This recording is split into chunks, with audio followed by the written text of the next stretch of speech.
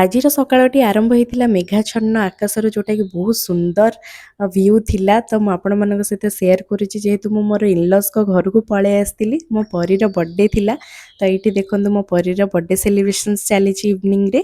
ତ ଫ୍ୟାମିଲି ସହିତ ବହୁତ ଦିନ ପରେ ଆମେ ଏକାଠି ହେଇଥିଲୁ। ବ୍ୟସ୍ତବହୁଳ ଜୀବନ ଭିତରେ ନିଜ ଫ୍ୟାମିଲି ସହିତ ଟିକେ ଟାଇମ୍ ବାହାର କରି ମିଶନ୍ତୁ, ଆଉ ଏଇ ଟାଇମ୍ ଟୋଟାଲି ଆସିବନି। ଦେଖନ୍ତୁ ମୋ ପରୀର ବର୍ଥଡେ ଲୁକ୍ କେମିତି ଲାଗୁଛି। ତା ଜନ୍ମଦିନରେ ମୁଁ ଏତିକି କାମନା କରୁଛି, ତାର ଚଲାପଥ କୁସୁମିତ ହଉ, ଭଗବାନ ତାକୁ ଦୀର୍ଘାୟୁ କରନ୍ତୁ। ତ ଏଇଠି ଦେଖନ୍ତୁ ତାର ବର୍ଥଡେ କେକ୍ଟି କେମିତି ଲାଗୁଛି, ମୋତେ ପ୍ଲିଜ୍ କମେଣ୍ଟ କରିକି ସିଓର ଜଣେଇବେ। ମୁଁ ତାର ଫୁଲ୍ ଭିଡ଼ିଓ ସିଓର ଆଣିଦେବି। ଆଉ କେକ୍ କଟିଂ ପରେ ପିଲାମାନେ ବହୁତ ସାରା ବେଲୁନ୍ ଫୁଟେଇଥିଲେ, ମଜାମସ୍ତି ବି କରିଥିଲେ। ତାର କିଛିଟା ମୁହୂର୍ତ୍ତ ଦେଖନ୍ତୁ ମୁଁ ଆପଣମାନଙ୍କ ସହିତ ସେୟାର କରୁଛି। ଫଟୋ କ୍ଲିକ୍ ହେଇଥିଲା। ଆଉ ଦେଖନ୍ତୁ ପିଲାମାନଙ୍କର ମସ୍ତି ମଜା କେତେ ଜୋରସୋରରେ ଚାଲିଛି। ଡିନର ସରିବା ପରେ ବି ରାତି ପ୍ରାୟ 1 ହେଇଯାଇଥିଲା, ତଥାପି ତାଙ୍କର ନାଚ ଗୀତ ମସ୍ତି ସରୁନଥିଲା। ଛୁଆମାନେ ତ ବହୁତ ଶୀଘ୍ର ବଡ଼ ହେଇଯାନ୍ତି, ଏଇ ମୁହୂର୍ତ୍ତ ଗୁଡ଼ିକ ଜମା ବି ମିସ୍ କରନ୍ତୁନି, ଆଉ କ୍ୟାପଚର କରିକି ରଖନ୍ତୁ। ଆଉ ଭିଡ଼ିଓଟି ଭଲ ଲାଗିଲେ ଲାଇକ୍ ସେୟାର ସବସ୍କ୍ରାଇବ୍ କରିବାକୁ ଜମା ବି ଭୁଲିବେନି।